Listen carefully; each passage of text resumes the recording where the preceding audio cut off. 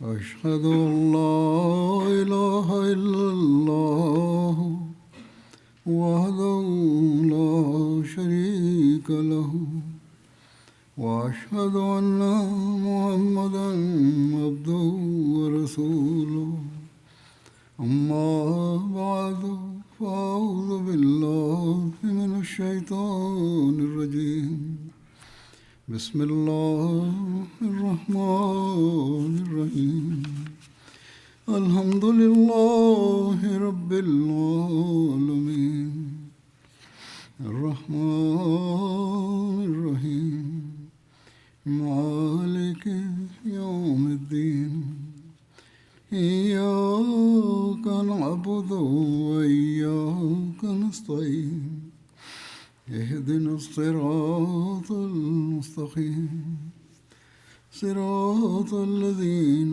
أنعمت عليهم غير المغضوب عليهم ولا الضالين ادعوا إلى سبيل ربك بالحكمة والموعظة الحسنة وجادلهم بالتي هي أحسن إن ربك هو أعلم بمن ضل عن سبيله وهو أعلم بالمهتدين.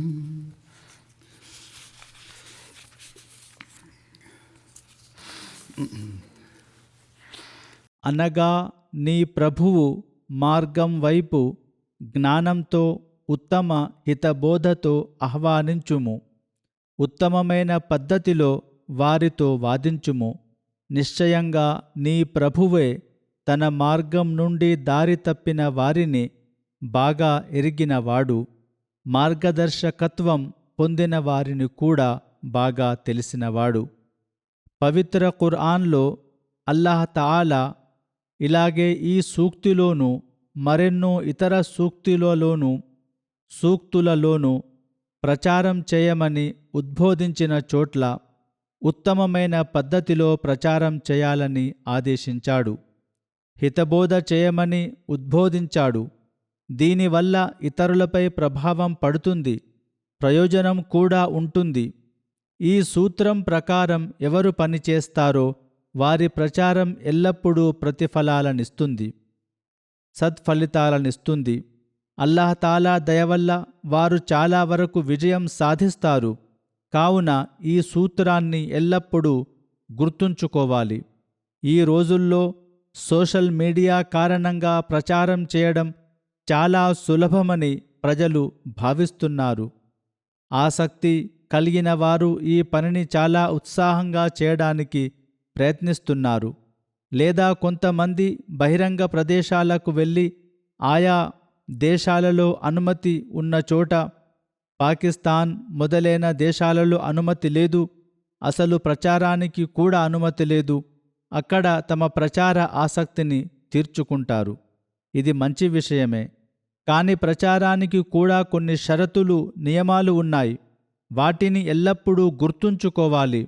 లేకపోతే వ్యతిరేక ప్రభావం పడుతుందని అల్లాహ్ తఆలా ఈ సూక్తులలో కూడా వివరించాడు. కావున ఈ విషయాన్ని అర్థం చేసుకోండి, ఆ తర్వాత ప్రచారం చేయండి. ఎందుకంటే కొంతమంది తమ ప్రచారం ద్వారా ఇతరులపై ప్రతికూల ప్రభావాన్ని చూపుతారు. తద్వారా సానుకూల ప్రభావానికి బదులు వ్యతిరేక ప్రభావం కలుగుతూ ఉంటుంది. కొన్నిసార్లు వాస్తవాలకు దూరంగా ఉన్నప్పటికీ ఇతరులకు జమాఅత్ బోధనలపైన అభ్యంతరం చెప్పడానికి అవకాశం లభిస్తుంది. మరికొందరు ఈ రంగంలోకి కొత్తగా వచ్చి తమ వద్ద గొప్ప నిదర్శనాలు ఉన్నాయని భావిస్తుంటారు. కానీ వారికి సరైన నిదర్శనాలు తెలియనప్పుడు, వ్యతిరేకులను ఒప్పించలేనప్పుడు లేదా బలమైన నిదర్శనాలు ఇవ్వలేనప్పుడు వారు నిరాశకు గురవుతారు.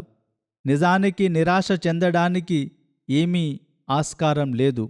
అల్లాహ్ తాలా దయవల్ల మన వద్ద నిదర్శనములు ఉన్నాయి.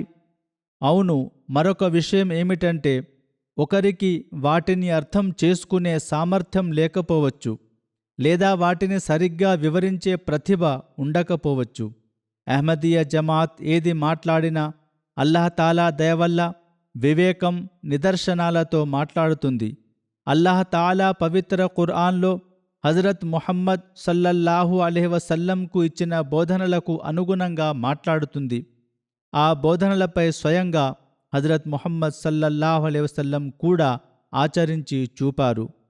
కావున మనం చేయబోయే ప్రచారం ఉత్తమమైన పద్ధతిలో ఉండాలనే విషయాన్ని ఎల్లప్పుడూ దృష్టిలో ఉంచుకోవాలి. ఒకసారి హజరత్ మసీహ్ మౌఊద్ అలైహిస్సలాం ఈ ప్రచారానికి సంబంధించిన ఒక ముఖ్యమైన మార్గదర్శకత్వం చేశారు. ఆయనిలా అన్నారు: అమెరికా, యూరప్లలో ఇస్లాం బోధనలను వ్యాప్తి చేయడానికి ఏమి చేయాలని నన్ను అడిగారు. కొంతమంది ఇంగ్లీషు తెలిసిన ముస్లింలు యూరప్కు, అమెరికాకు వెళ్ళి ఉపన్యాసాలు, ప్రకటనల ద్వారా ఇస్లాం లక్ష్యాలను ఆ ప్రజలకు తెలియజేయడం సరైనదేనా? వారికి భాష వచ్చు, కావున ప్రచారం చేయవచ్చు కదా అని అడిగారు. వారిలా అన్నారు: కానీ నేను సాధారణంగా దీనికి అవునని ఎప్పుడూ సమాధానం ఇవ్వను. ఇది చాలా ముఖ్యమైన విషయం. ఆయన చెప్పినట్లుగా కేవలం ఇంగ్లీషు తెలిసి ఉండడం లేదా ఏదైనా భాష తెలిసి ఉండడం వల్లనే దైవ ధర్మం గురించిన జ్ఞానం వచ్చేయదు. దానికి ఇంకా అనేక అవసరాలు ఉన్నాయి. ఇందులో జ్ఞానాన్ని పెంచుకోవలసిన అవసరం ఉంటుంది. నేను ఇంతకుముందు చెప్పినట్లుగా ఇక్కడ కూడా ఈ వివిధ ప్రదేశాలలో ప్రజలు ప్రచారం చేస్తుంటారు, కానీ వ్యతిరేకుల ప్రశ్నలకు పూర్తి సమాధానాలు, పరిజ్ఞానంతో కూడిన సమాధానాలు ఇవ్వలేరు.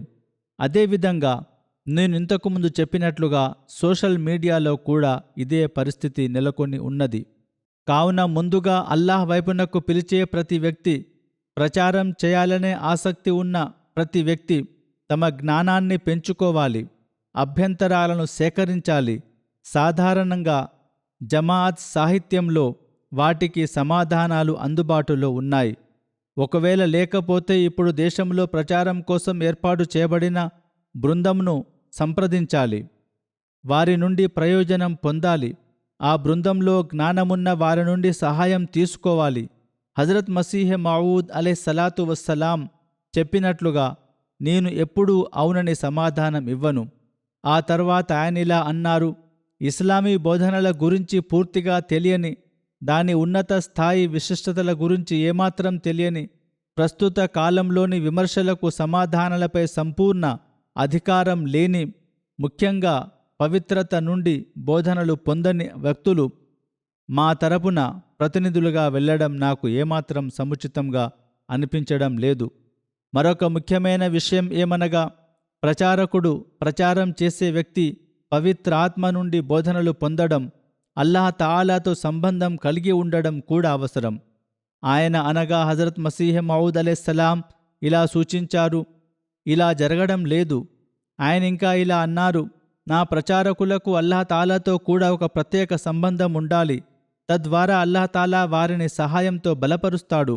ఆయన అనగా హజరత్ మసీహ్ మౌఊద్ అలైహిస్సలాం ఇలా అన్నారు: నా అభిప్రాయం ప్రకారం అలాంటి చర్యల వల్ల కలిగే నష్టం దాని ప్రయోజనం కంటే ఎక్కువగా త్వరగా సంభవించే అవకాశం ఉంది. ఇల్లా మాషా అల్లా. అంటే మనం ఇలాంటి పని చేస్తే దానివల్ల ప్రయోజనం తక్కువ, నష్టం ఎక్కువ కలుగుతుంది. కొన్ని సందర్భాల్లో కొన్నిసార్లు ప్రయోజనం కూడా లభిస్తుంది.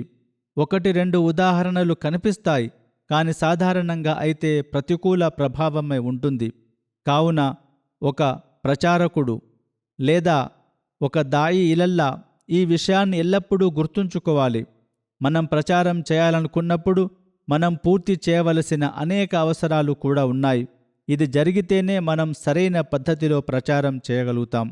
ప్రచారానికి సంబంధించి మనం గుర్తుంచుకోవలసిన మొట్టమొదటి విషయం ఏమనగా, ప్రపంచం మొత్తానికి ఉద్దేశించిన అల్లాహ్ తాలా సందేశాన్ని తీసుకువచ్చిన ఏకైక మతం, ధర్మం ఇస్లాం మాత్రమే. ఏకైక ప్రవక్త హజరత్ ముహమ్మద్ సల్లల్లాహు అలైహి వసల్లం మాత్రమే. అల్లాహ్ తాలా ఆయన్ను సమస్త మానవాళికి, సమస్త ప్రపంచానికి, సమస్త జాతులకు శుభవార్త అందించే, హెచ్చరించే వ్యక్తిగా, ప్రవక్తగా పంపాడు. అయితే నేటి వరకు చరిత్రను చూస్తే ప్రపంచ జనాభాలో ముస్లింల మొత్తం జనాభా నేటికి 4వ వంతు కంటే ఎక్కువ లేదు, తక్కువే ఉన్నది. దీనికి కారణమేమిటి? దీనికి కారణం ఒక్కటే, వివేకంతో ప్రచారం చేయకపోవడం, ఆ సందేశాన్ని సరిగ్గా ప్రజలకు చేరవేయకపోవడం. ముస్లింలు తాము జిహాద్ ద్వారా ఇస్లాం సందేశాన్ని వ్యాప్తి చేయగలమని భావిస్తుంటారు. అయితే జిహాద్కు అనుమతి కేవలం శత్రువు దాడి చేసినప్పుడు మాత్రమే ఇవ్వబడింది.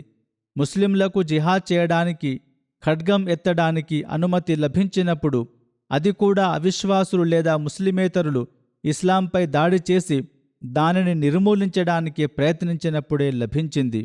అప్పుడే అల్లాహతాలా పవిత్ర ఖురాన్లోని హజ్ అధ్యాయంలో ఇలా సెలవిచ్చాడు: ఉదిన లిల్లజీన యుకాతలూన బి అన్నహుం జులిము వ ఇన్నల్లాహ అలా నస్రిహిం లకదీర్.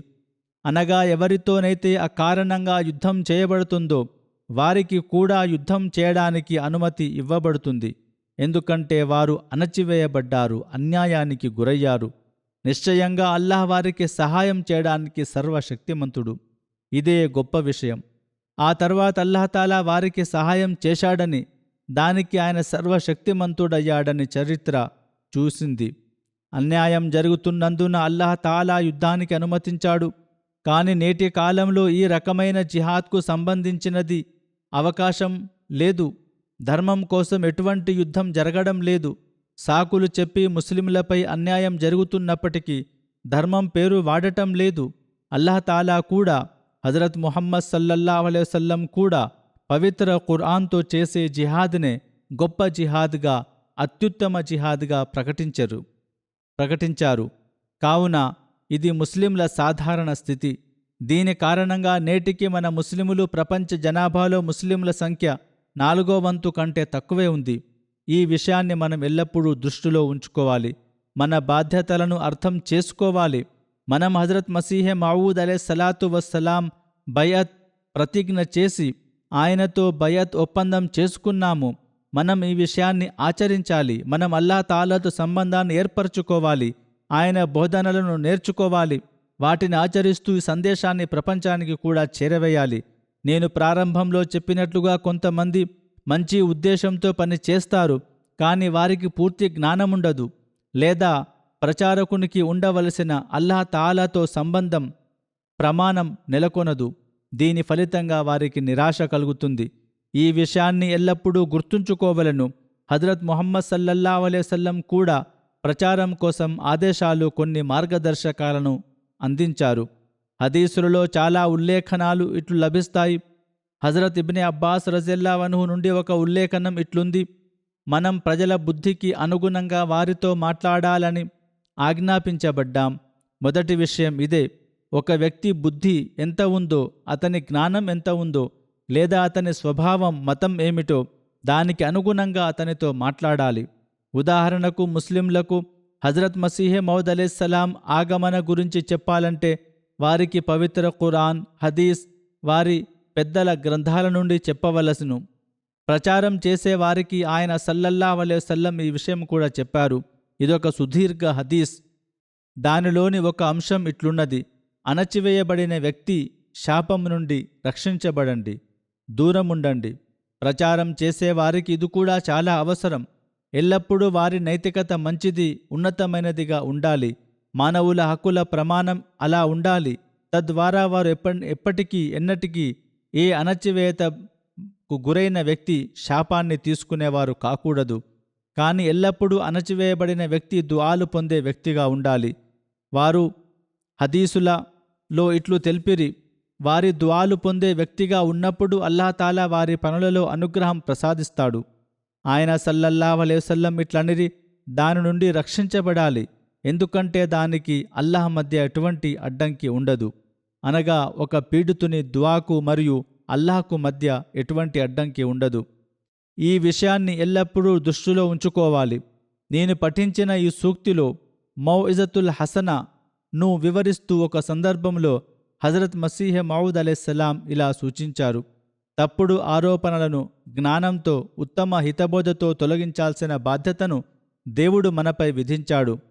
మనం సమాధానం చెప్పేటప్పుడు ఎప్పుడూ కూడా మృదుత్వాన్ని నిదానాన్ని వదిలిపెట్టలేదని దేవుడుకు తెలుసు. అంటే ఆయన ఎల్లప్పుడూ మృదుత్వాన్ని ఉపయోగించారు.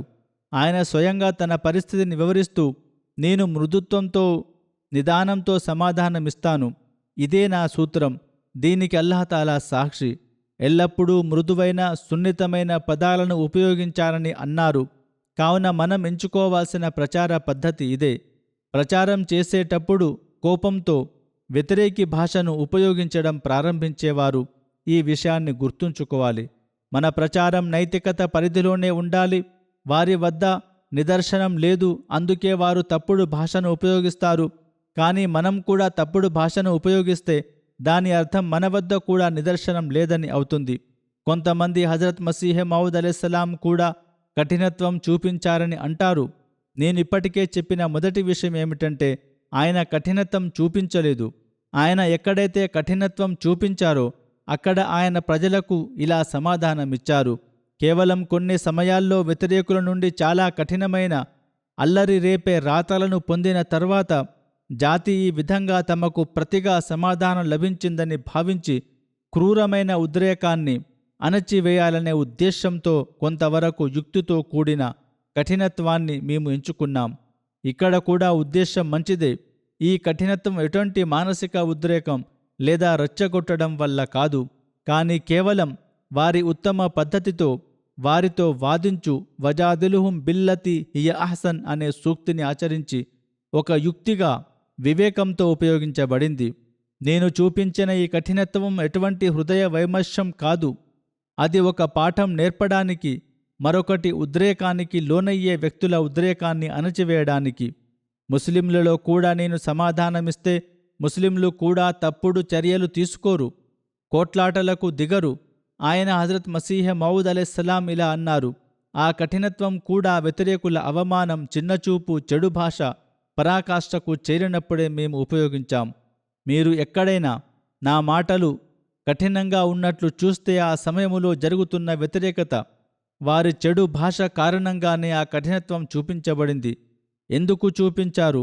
ఎందుకంటే వారు ఇస్లాం, హజరత్ ముహమ్మద్ సల్లల్లాహు అలైహి వసల్లం గురించి అవమానం, చిన్నచూపు, చెడు భాషను పరాకాష్ఠకు చేర్చారు. వారు దానిని పరాకాష్ఠకు చేర్చినప్పుడే ఈ కఠినత్వం చూపించబడింది. ఆయన ఇంకా ఇలా అన్నారు, మా నాయకుడు, గురువు, విశ్వానికి అధిపతి అయిన, సమస్త సృష్టికి గర్వకారణమైన ఆయన గురించి ఎలాంటి అసభ్యకరమైన దుర్భాషతో కూడిన పదాలను ఆ వ్యక్తులు ఉపయోగించారు. దానితో శాంతి భద్రతలకు విఘాతం కలిగే ప్రమాదం ఏర్పడింది. ఆ సమయంలో మేము ఈ యుక్తిని ఉపయోగించాం. కావున ఆయన తమ వివిధ గ్రంథాలలో, పుస్తకాలలో కఠినమైన పదాలను ఉపయోగించకుండా జమాత్ వారిని నిరోధించారు.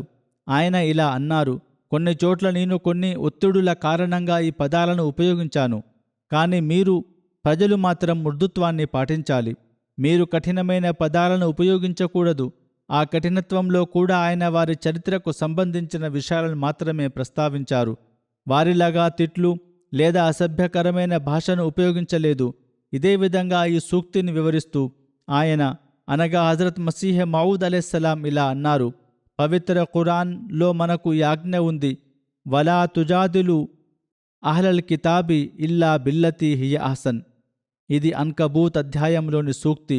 దీని అర్థం, గ్రంథం గల ప్రజలతో ఉత్తమమైన నిదర్శనతో తప్ప వాదించకండి. మరొక చోట ఆయన ఇలా అన్నారు, అల్లాహ్ తాలా ఈ ఆజ్ఞ కూడా ఉంది, ఉదుఉ ఇలా సబీలి రబ్బిక బిల్ హిక్మతి వల్ మౌఇజతిల్ హసనతి వజాదిలుహుం బిల్లతి హియ అహ్సన్. దీని అర్థం ఇట్లు గలదు, క్రైస్తవులతో మంచి పద్ధతిలో, ప్రయోజనకరంగా ఉండే పద్ధతిలో వాదించాలి. జ్ఞానంతో కూడిన పద్ధతిని, వారికి ప్రయోజనం చేకూర్చే విధంగా హితబోధ చేసే పద్ధతిని అనుసరించాలి. ఇదే సూత్రం ప్రతి మతాన్ని అనుసరించే వారికి, ప్రచారం చేసే వారికి వర్తిస్తుంది.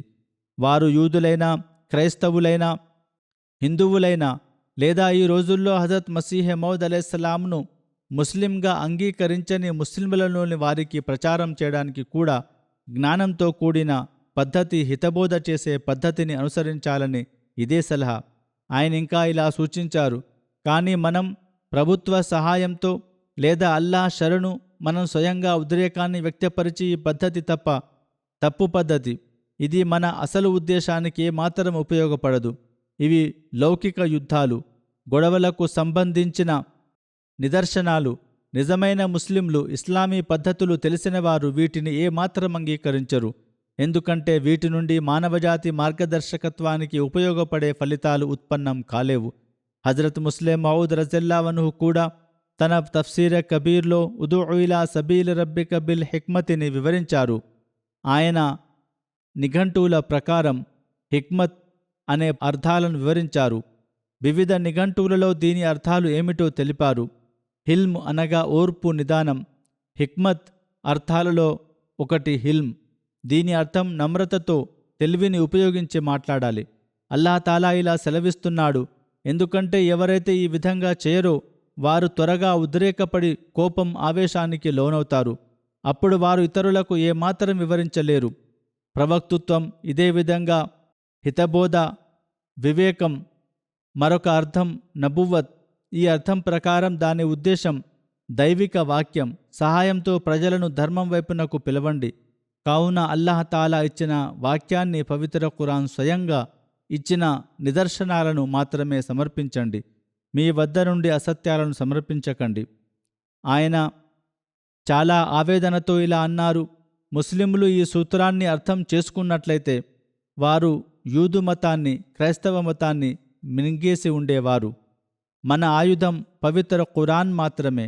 దీని గురించి అల్లాహ్ తాలా ఇలా సూచించను, వజాదిలుహుం బిల్లతి వజాహిదుహుం బిహి. దానితో వారితో జిహాద్ చెయ్యి. ఈ పవిత్ర ఖురాన్ ఖడ్గాన్ని తీసుకుని ప్రపంచంతో జిహాద్ కోసం బయలుదేరండి. కానీ దురదృష్టవశాత్తు నేడు ప్రపంచంలోని ప్రతి వస్తువు ముస్లింల చేతుల్లో ఉంది. కానీ అల్లాహ్ తాలా ఆజ్ఞాపించిన ఈ ఖడ్గం అంటే ప్రచారం కోసం పవిత్ర ఖురాన్ రుజువులతో బయలుదేరడం లేదు. వారికి పెట్రోల్ సంపద ఉంది, చాలా వ్యాపారాలు ఉన్నాయి, ముస్లింలకు 54 దేశాలు ఉన్నాయి. కానీ ఇస్లాం బోధనలతో జిహాద్ చేయాల్సిన విధంగా వారు చేయడం లేదు. అజ్ఞానాన్ని నిరోధించేవి. నిఘంటువు ప్రకారం హితబోధకు మరొక అర్థం అజ్ఞానాన్ని నిరోధించేది. ఇప్పుడు ఈ అర్థం ప్రకారం సూక్తి ఉద్దేశం ఏమిటంటే ఇతరులు అర్థం చేసుకోగలిగే పద్ధతిలో మాట్లాడాలి. దాని నుండి వారి తప్పు, అపోహ తొలగిపోవాలి. అంటే అది అజ్ఞానాన్ని అంతం చేసే, శ్రోత అవగాహనకు అనుగుణంగా ఉండే విధంగా ఉండాలి. దీనికి అనుగుణంగానే హదీసులో కూడా ఉంది, అమరనా రసూలుల్లాహి సల్లల్లాహు అలైహి వసల్లమ అన్ నుకల్లిమన్నాస అలా కద్రి ఉకూలిహిం. అనగా ప్రజల అవగాహన, గ్రహణ శక్తికి అనుగుణంగా వారితో మాట్లాడమని హజరత్ ముహమ్మద్ సల్లల్లాహు అలైహి వసల్లం మాకు ఆజ్ఞాపించారు. నేను ఈ హదీసును ఇంతకు ముందు కూడా చెప్పాను. కొంతమంది ఉపన్యాసాలు ఇచ్చేటప్పుడు పెద్ద పెద్ద పదాలను, పారిభాషిక పదాలను ఉపయోగించి ప్రభావం చూపాలని చూస్తారు. ఈ ఉపన్యాసాల వల్ల అజ్ఞానులపై ప్రభావం పడుతుండవచ్చు, కానీ ఈ ఉపన్యాసాల నుండి ఎవరూ ప్రయోజనం పొందరు. ఇక్కడ కూడా ఇదే జరుగుతుంది. మనం ముస్లిమేతరులతో లేదా కొన్నిసార్లు పండితులతో మాట్లాడేటప్పుడు వారు కూడా ఈ రకమైన విషయాలే మాట్లాడుతుంటారు. కానీ మనం ఈ విధంగా మాట్లాడితే వారికి ప్రయోజనం కలుగుతుందో లేదో తెలియదు. సామాన్య ప్రజలకు అసలు విషయం అర్థం కాదు. వారు కేవలం పదాల జాలంలో చిక్కుకుంటారు. సులభమైన భాషలో వివరించినప్పుడు వినేవారిలో చాలామందికి సులభమైన భాషలో విషయం అర్థమయ్యే అవకాశం ఉంది. వారు ఈ పదాల గారడి చేసేవారికి బదులుగా మీ మాటలు విని దానిపై ఎక్కువ శ్రద్ధ చూపాలని అనుకోవచ్చు. సత్యానికి అనుగుణంగా ఉండే మాటను కూడా మనం హిక్మత్ అనవచ్చును. ఇది కూడా నిఘంటువులో వ్రాయబడింది. ఈ అర్థం ప్రకారం సూక్తి ఉద్దేశం నిజమైన మరియు వాస్తవాలకు అనుగుణంగా ఉండే మాటనే మాట్లాడాలి. కొంతమంది తాము నిజమైన ధర్మం వైపునకు పిలుస్తున్నామని భావించి కొన్ని తప్పుడు విషయాలను కూడా చెప్పేస్తుంటారు. ప్రచారంలో కొన్నిసార్లు ప్రజలు అతిశయోక్తి చేస్తుంటారు. అయితే ప్రచారంలో అతిశయోక్తి చేయవలసిన అవసరం లేదు. పవిత్ర ఖురాన్ బోధనలను దృష్టిలో ఉంచుకోవాలి. హదీసులను దృష్టిలో ఉంచుకోవాలి. హజరత్ మసీహ్ మౌద్ అలైహిస్సలాం వాక్యాల్ని దృష్టిలో ఉంచుకోవాలి. ప్రచారం చేయాలి. ఆపై విషయాన్ని అల్లాహకు వదిలివేయాలి. ఆయన అనగా ముస్లిహ్ మౌద్ ఇలా అన్నారు, తప్పుడు విషయాలను చెప్పడం తప్పుడు పద్ధతి. శత్రువు ముందు సత్యమైన విషయాన్ని చెప్పండి. ఇతరులకు మార్గదర్శకత్వం ఇస్తూ మీరే తప్పక మీరు శ్రద్ధ తీసుకోండి.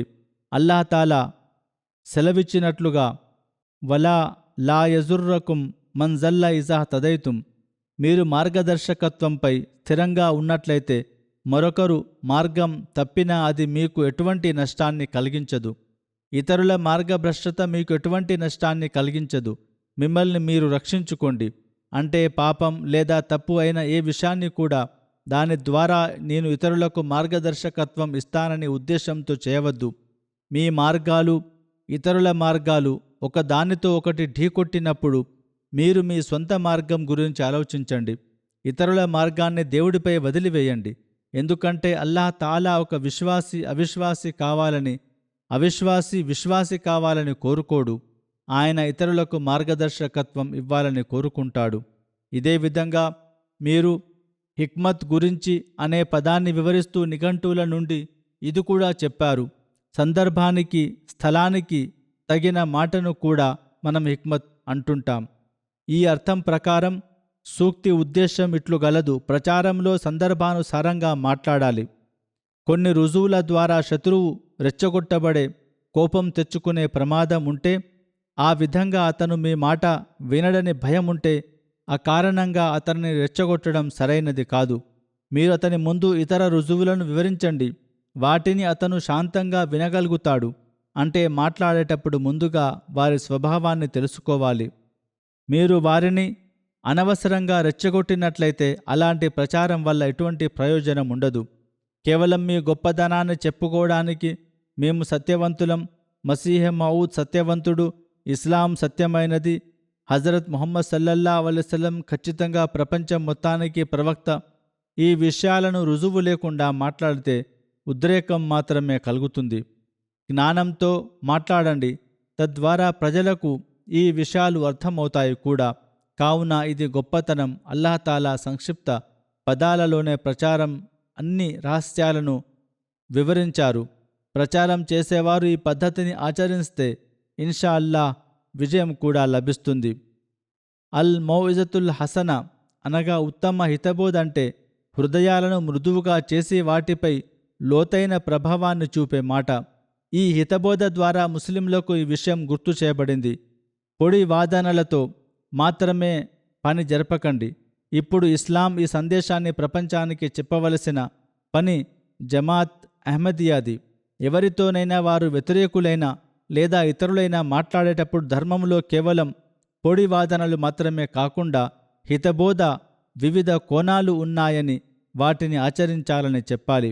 ఇంకా ఇలా అన్నారు: ఉద్వేగాలను వ్యతిరేకించే, రేకెత్తించే మాటలు కూడా మాట్లాడకండి.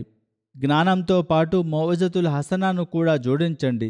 హసనా అనే పదాన్ని ఉపయోగించి నేటి అజ్ఞానులైన పండితులు నిష్కారణంగా సత్యానికి వ్యతిరేకంగా ప్రజలను రెచ్చగొట్టినట్లుగా తప్పుడు పౌరుషాలను రేకెత్తించవద్దని తెలిపారు.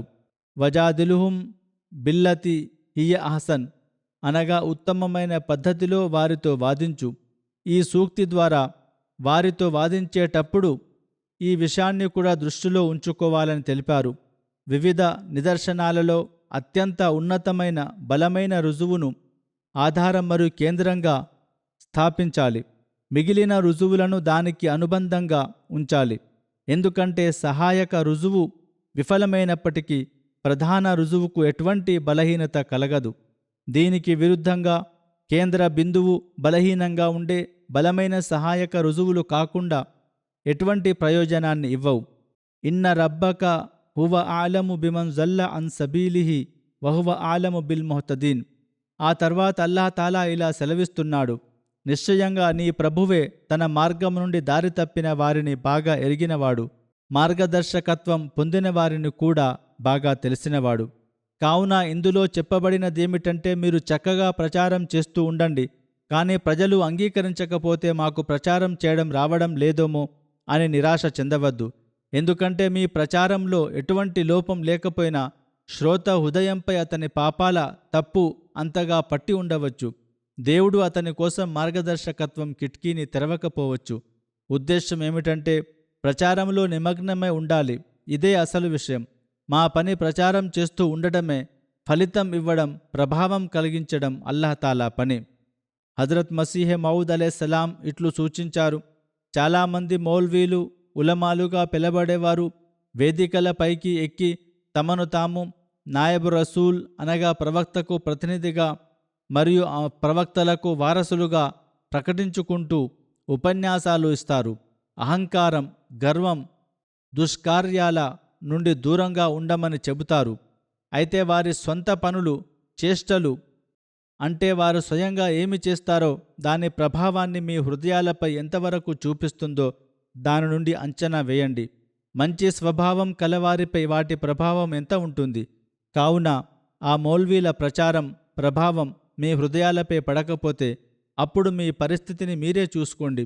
మీరు కూడా ఎలాంటి పనులు చేస్తున్నారో, మీ మాటలకు ఎంతవరకు ప్రభావం ఉంటుందో దీని నుండి అంచనా వేయండి. మీరు ప్రచారం చేయాలనుకుంటే ముందుగా మీరు మీ కర్మలను సరిదిద్దుకోవాలి. మీ దేవునితో మీకు సంబంధాన్ని ఏర్పరచుకోవాలి. ఇది జరిగితేనే మీ ప్రచారం సరైనదిగా, విజయవంతంగా, ఉపయోగకరంగా మారుతుంది.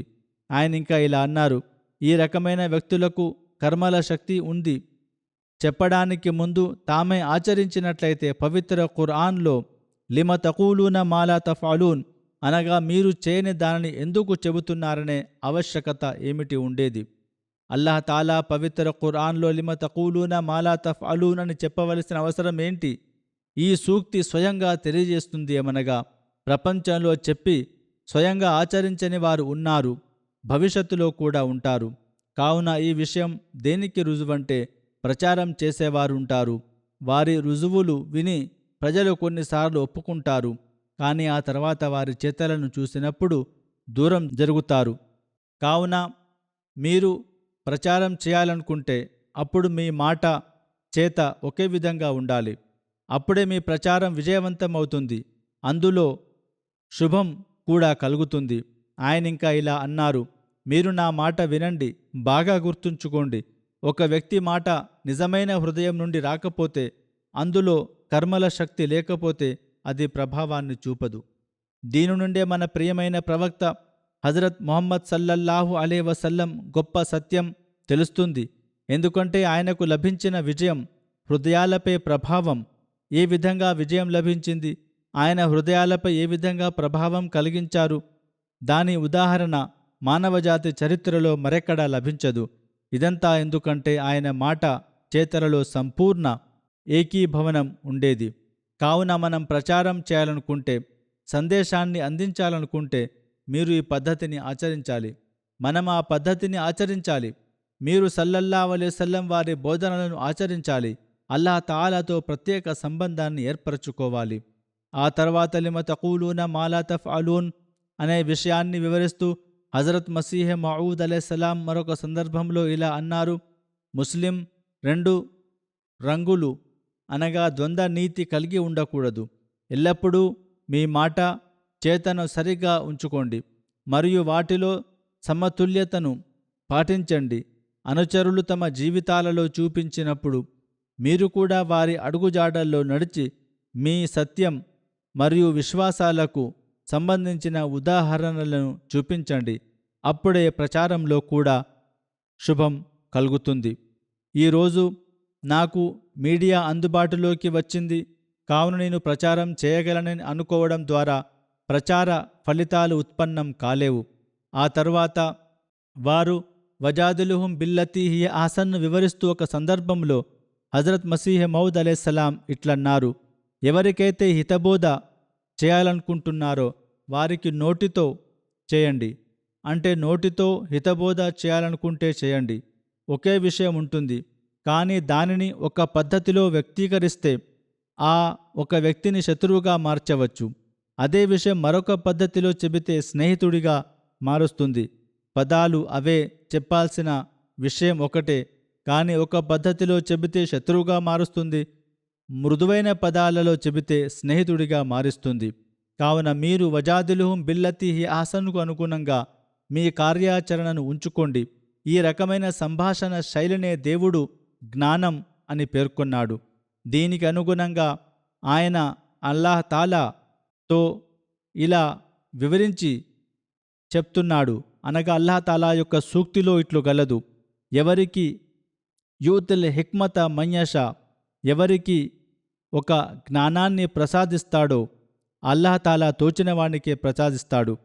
ఆ తర్వాత హజరత్ మసీహ్ మౌద్ అలైహిస్సలాం ఇలా సూచించారు, ఇస్లాం రక్షణ, దాని సత్యాన్ని వెల్లడించడానికి మొదటగా చేయవలసిన విషయం ఏమిటంటే, మీరు నిజమైన ముస్లింలకు ఉదాహరణగా, ఆదర్శంగా నిలబడవలెను.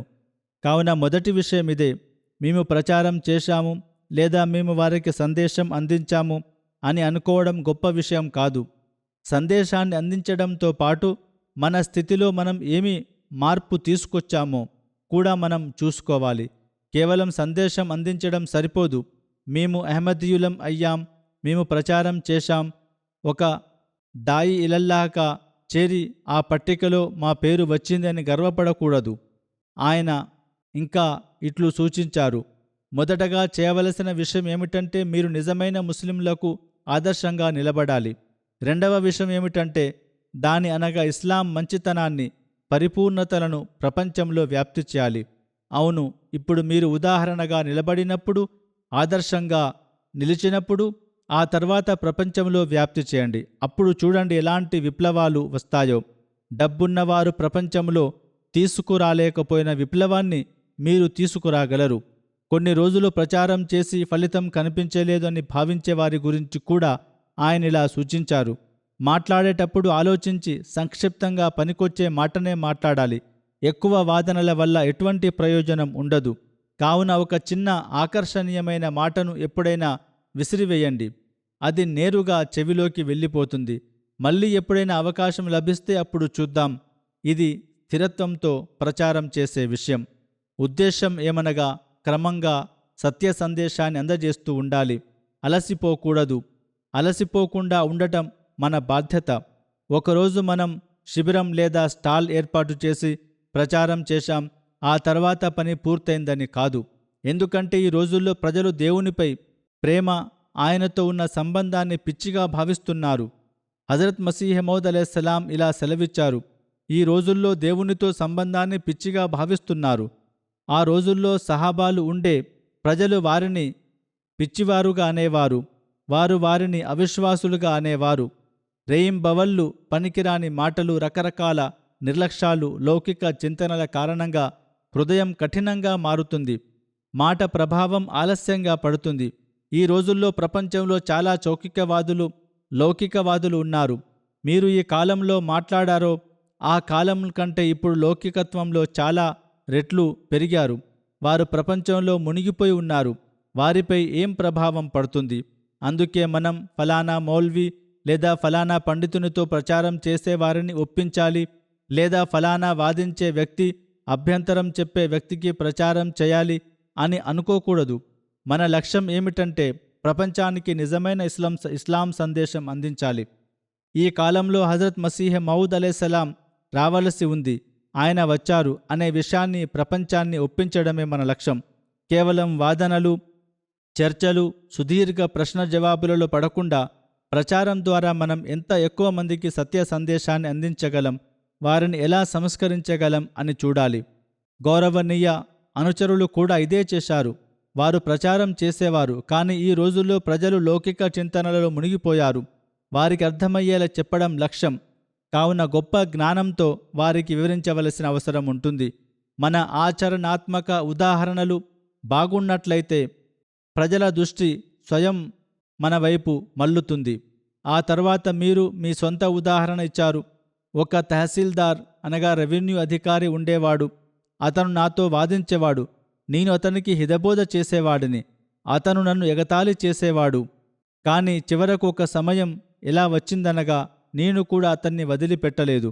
నేను నిన్ను వదిలిపెట్టను, చెబుతూనే ఉంటాను, హితబోధ చేస్తూనే ఉంటానని చెప్పాను.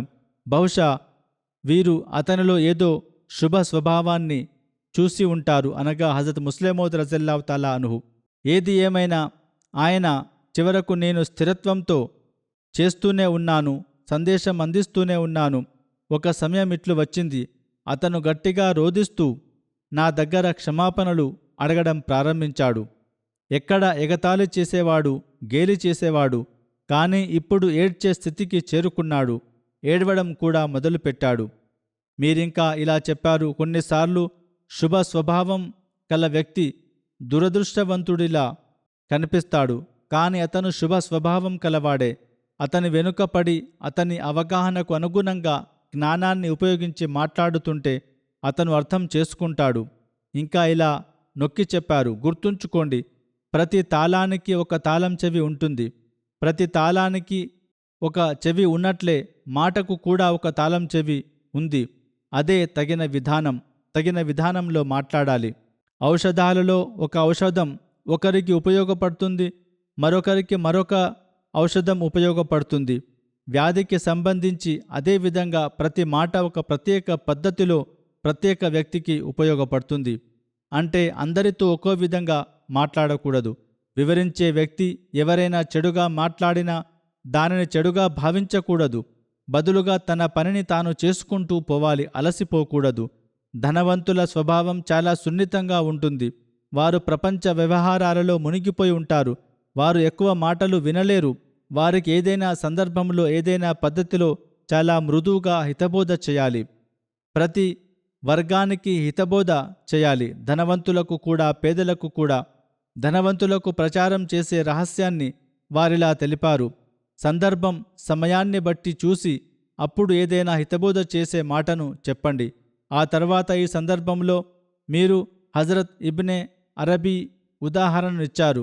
అల్లాహతాలా ఫిర్ఔన్ పట్ల కూడా హజరత్ మూసా అలైహిస్సలాంకు మృదుత్వాన్ని పాటించాలని ఎందుకు ఆదేశించాడు అని ఆయన రాశారు. దాని రహస్యం ఇదే. చివరికి ఫిర్ఔన్ విశ్వాసాన్ని పొందుతాడని అల్లాహతాలాకు తెలుసు. అందువల్లనే ఆమంతు, నేను విశ్వసించాననే పదం అతని నోటి నుండి వచ్చింది అని ఆయన రాశారు. చివరకు అతను చనిపోతున్నప్పుడు, మునిగిపోతున్నప్పుడు అతను నేను విశ్వసించాననే పదాన్ని చెప్పాడు. హజరత్ ముస్లిమౌద్ ప్రచారానికి సంబంధించి హజరత్ యూసుఫ్ అలైహిస్సలాం ఉదాహరణను వివరించారు. హజరత్ యూసుఫ్ అలైహిస్సలాంను జైలులో వేసినప్పుడు అక్కడ మరో 2 ఖైదీలు కూడా ఉండిరి. దాని గురించి వివరిస్తూ ఆయన ముస్లిమౌద్ రజల్లాహు అన్హు ఇలా రాశారు. హజరత్ యూసుఫ్ అలైహిస్సలాం వారిని తన వైపునకు ఆకర్షించడానికి అద్భుతమైన జ్ఞానాన్ని ఉపయోగించారు. ప్రచారం చేస్తే వారు భయపడతారేమో అనే భయం ఉండటం వలన మొదట వారికి ఈ విధంగా ధైర్యం చెప్పారు, నేను ఎక్కువ సమయం తీసుకోను, భోజనం రాకముందే నేను మిమ్మల్ని విడిచిపెడతాను. వారు భయపడకూడదని, శ్రద్ధగా వినాలని దీనిని వివరించారు. హజరత్ యూసుఫ్ అలైహిస్సలాంకు ప్రచారం చేసే అవకాశం లభించేది కాదని తెలుస్తుంది. ఖైదీలు కలల తావీదు అనగా వ్యాఖ్యానం గురించి, స్వప్నాల వ్యాఖ్యానం గురించి అడిగిన ప్రశ్నను ఆయన మంచి అవకాశంగా భావించారు. వారి అవసరం తీరడానికి ముందే నేను ప్రచారం చేస్తే వారు వినడానికి తప్పనిసరిగా ఆసక్తి చూపుతారని అర్థం చేసుకున్నారు. ఆ తర్వాత వీరు హజరత్ ముహమ్మద్ ముస్తఫా సల్లల్లాహు అలైహి వసల్లం ఉదాహరణను ఇచ్చారు. హజరత్ యూసుఫ్ అలైహిస్సలాం మొదటి ఉదాహరణ హజరత్ యూసుఫ్ అలైహిస్సలాంది, రెండవ ఉదాహరణ హజరత్ ముహమ్మద్ సల్లల్లాహు అలైహి వసల్లం గారిది. ప్రారంభ కాలంలో ఆయన అనగా ప్రవక్త సల్లల్లాహు అలైహి వసల్లం తన వాదనను సమర్పించినప్పుడు, మక్కా వాసులకు ప్రచారం చేయాలనుకున్నప్పుడు వారు దాని నుండి తప్పించుకునేవారు, ప్రచారం వినేవారు కాదు. చివరకు ఆయన ఒక విందు ఏర్పాటు చేశారు. హజరత్ ముహమ్మద్ సల్లల్లాహు అలైహి వసల్లం భోజనం పెట్టి ప్రచారం చేయాలనుకున్నారు, కానీ వారు లేచి వెళ్ళిపోయారు. ఆ తర్వాత ఆయన మరొక ఉపాయాన్ని ఉపయోగించారు. మళ్ళీ విందు ఇచ్చారు. భోజనం రాకముందే వారికి తన వాదన గురించి తెలియజేశారు. వారు భోజనం కోసం ఎదురు చూస్తూ కూర్చోవడానికి తప్పనిసరి అయ్యారు. అందువల్ల ఆయనకు తన మాటను వినిపించే అవకాశం లభించింది. ఈ సూక్తి ద్వారా ప్రవక్తల ఉపన్యాస పద్ధతి కూడా తెలుస్తుంది. కావున వారిని అనుసరించి ఉపన్యాసాలు హితబోధ చేసేటప్పుడు మాట చెప్పబడాలి, కానీ ఇతరులకు భారంగా అనిపించకూడదు అనే విషయాన్ని ఎల్లప్పుడూ గుర్తుంచుకోవాలి. ఒక సూత్రాన్ని చెప్పడం, సరైన మాట చెప్పండి, కానీ అది ఇతరులకు భారం అనిపించకుండా చెప్పండి. జ్ఞానంతో మాట్లాడాలి. ఈ విషయాన్ని ఎల్లప్పుడూ దృష్టిలో ఉంచుకోవాలి. యూరప్ ఇస్లాం స్వీకరించే ఆలోచన కూడా చేయలేని ఆ సమయంలో హజరత్ మసీహ్ మౌద్ అలైహిస్సలాం తన వ్యాసాలను ఆంగ్లంలోకి అనువదించి యూరోప్లో పంపిణీ చేయించారు. ఆ తర్వాత అల్లాహతాలా ఆయనకు జమాతును ప్రసాదించినప్పుడు ఆయన వారికి మార్గదర్శకత్వం చేశారు. జిహాద్, ఇస్లాం ఒక ముఖ్యమైన భాగం. దానిని ఎప్పుడూ వదిలివేయకూడదు. నమాజ్, ఉపవాసం, హజ్ మరియు జకాత్, ఇస్లాం అలాంటి ఆదేశాలు, వాటిని ప్రతి కాలంలోనూ ఆచరించడం తప్పనిసరి. ఇదే విధంగా జిహాద్ కూడా అలాంటి చర్యలలో ఒకటి. దానిని ప్రతి కాలంలోనూ ఆచరించడం తప్పనిసరి. కావున జిహాద్ పద్ధతి ఇదే. ఈ కాలములో మనం ఏం చేస్తున్నాం? మేము జిహాద్ చేయడం లేదని మాపై నింద వేయబడుతుంది. మేము జిహాద్ చేస్తున్నాం, కానీ దాని పద్ధతి మారిపోయింది. దీనిపై వాదనలు జరుగుతూ ఉంటాయి. ముస్లిమేతర అహ్మదీయులు మేము జిహాద్ చేయడం లేదని, జిహాదును నిరాకరిస్తున్నామని నిందిస్తారు. అయితే మేము చేస్తున్నది ఇదే జిహాద్, అంటే ప్రచారం చేయడం ద్వారా సందేశాన్ని అందించడం. మేము ప్రచారంలో ఇస్లాం, అహ్మదీయత్ ప్రచారం చేస్తున్నాం. అహ్మదీయత్ ద్వారా ప్రజలకు ఇస్లాం అసలు బోధనలను తెలియజేస్తున్నాం.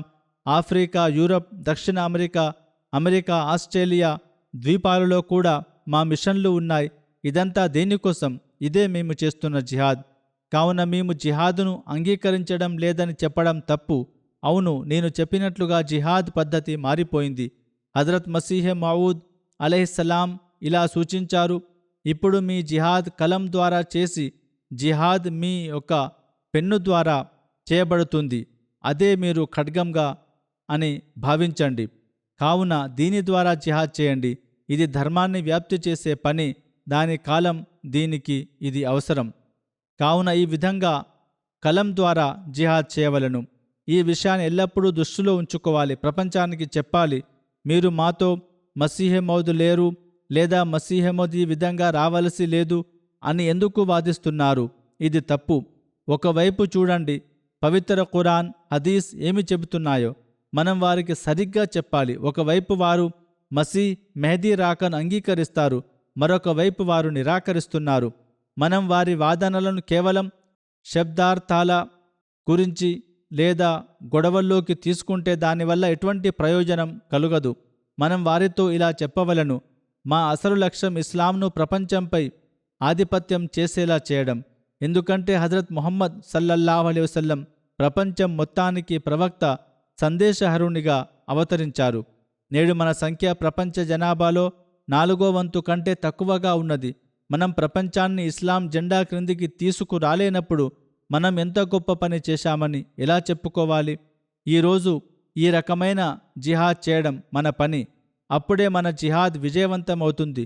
లేకపోతే ముస్లింలు చేయాలనుకుంటున్న ఈ జిహాద్, అనగా ఖడ్గంతో చేయవలసిన జిహాద్, ఏదైనా ఉపయోగకరమైన జిహాదా?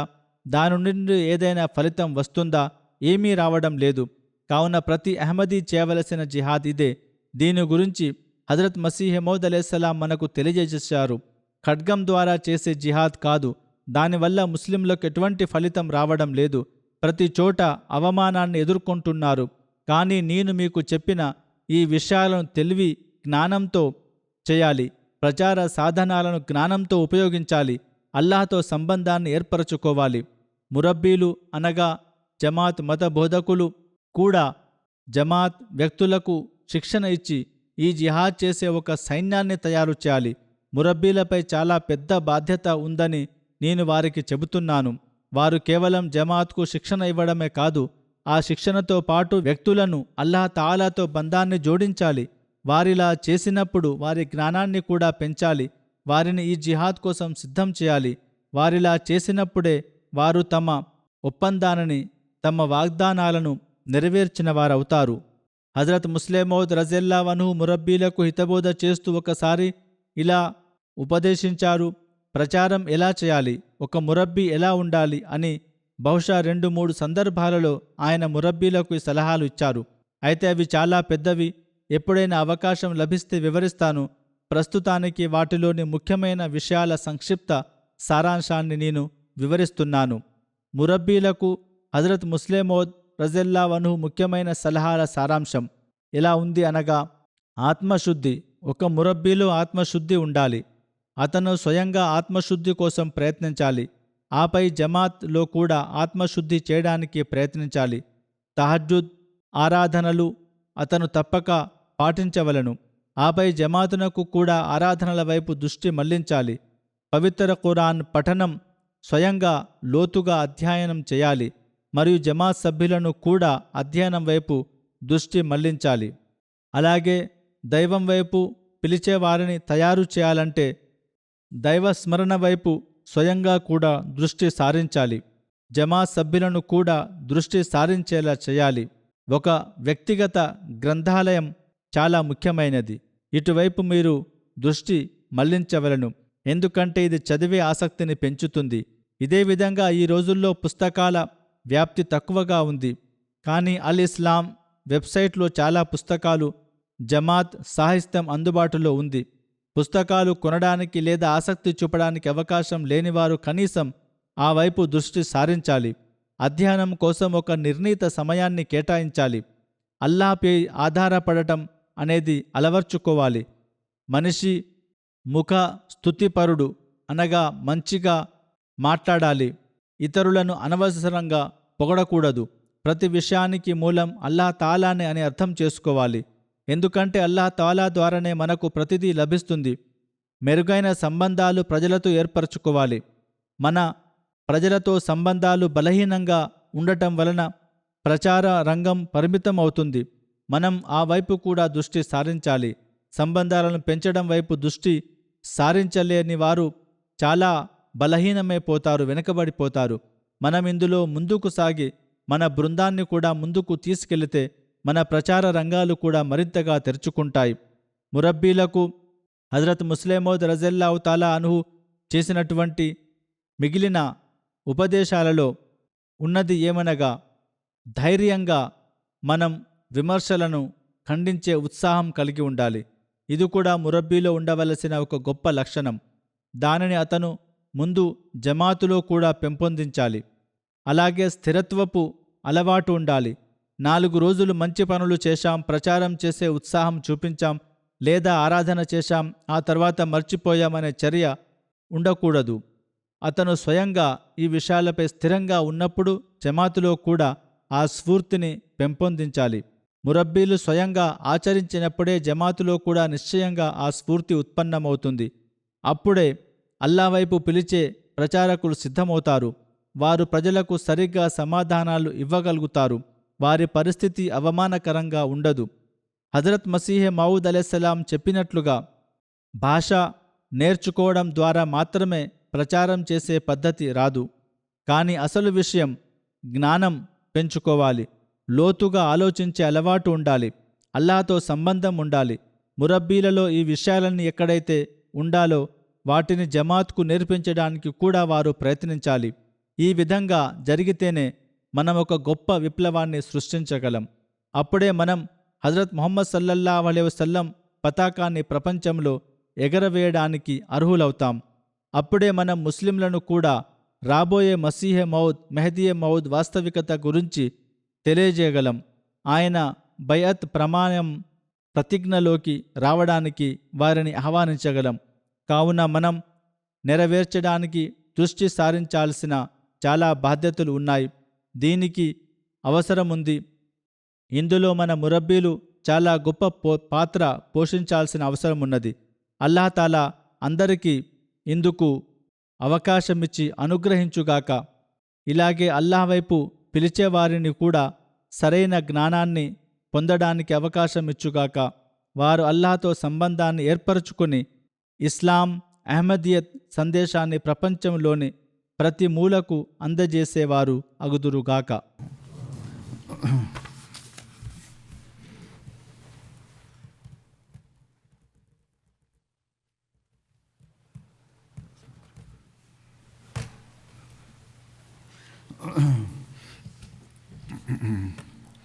అల్హమ్దులిల్లాహ్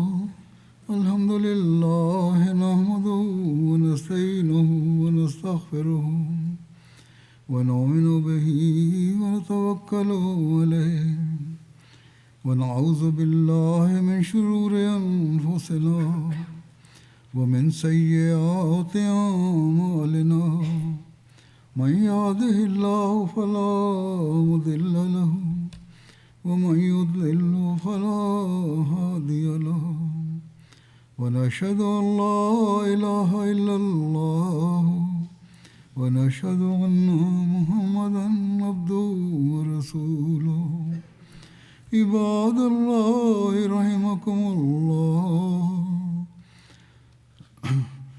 عباد الله رحمكم الله إن الله يأمر بالعدل والإحسان وإيتاء ذي القربى وينهى عن الفحشاء والمنكر والبغي يعظكم لعلكم تذكرون اذكروا الله يذكركم وادعوه يستجب لكم ولذكر الله أكبر